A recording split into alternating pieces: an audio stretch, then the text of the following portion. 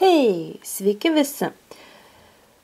Taigi, šiame video jums norėjau parodyti, kaip truputėlį pagražinau savo dėžę, bet ji dar yra nebaigta, kaip rodžiau šią didelę dėžę. Nuo saldainio aš ją žadėjau pagražinti, kad ji nebūtų tokia. Ir štai padariau tokią vieną jos pusę. Nudažiau mėlynai. Tada uždėjau tokį pagrindą, kuris daro suskilimus. Tai yra iš dekupažo prekių. Toksai skystis. Ir užtepiau tada baltą spalvą, kad gautųsi toksai kaip pasendinimas.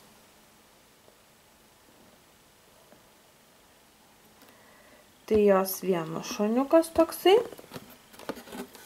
Ir kitas šonas yra toksai. Taip pat nudažiau visą mėlynai. Tada užtepiau tą priemonę ant dalies dėžės ir vieną pusę palikau mėlyną, o kitą pusę taip pat padariau baltai su paskilinėjimais. O dar kita pusė yra netvarkyta ir ta kita pusė netvarkyta. Taigi, tokia trumpa apžvalgėlė ir parodysiu, kaip patobulinsiu dar viršų ir šonus. Ir dar norėjau vieną savo darbelį parodyti. Tai yra mano toks medinis,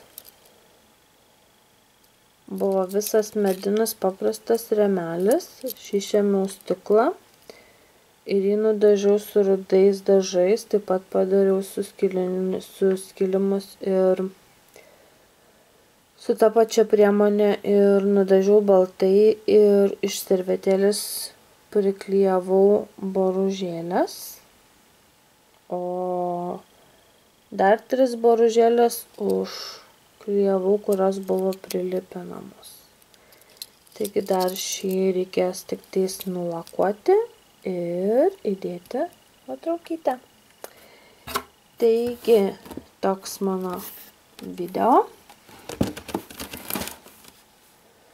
Ir šį kartą sakau iki, laikinkit, subscribinkit, komentuokit ir laukit kitų video. Ir dar parodysiu, kaip pagražinau savo dėžę. Ir sakau iki.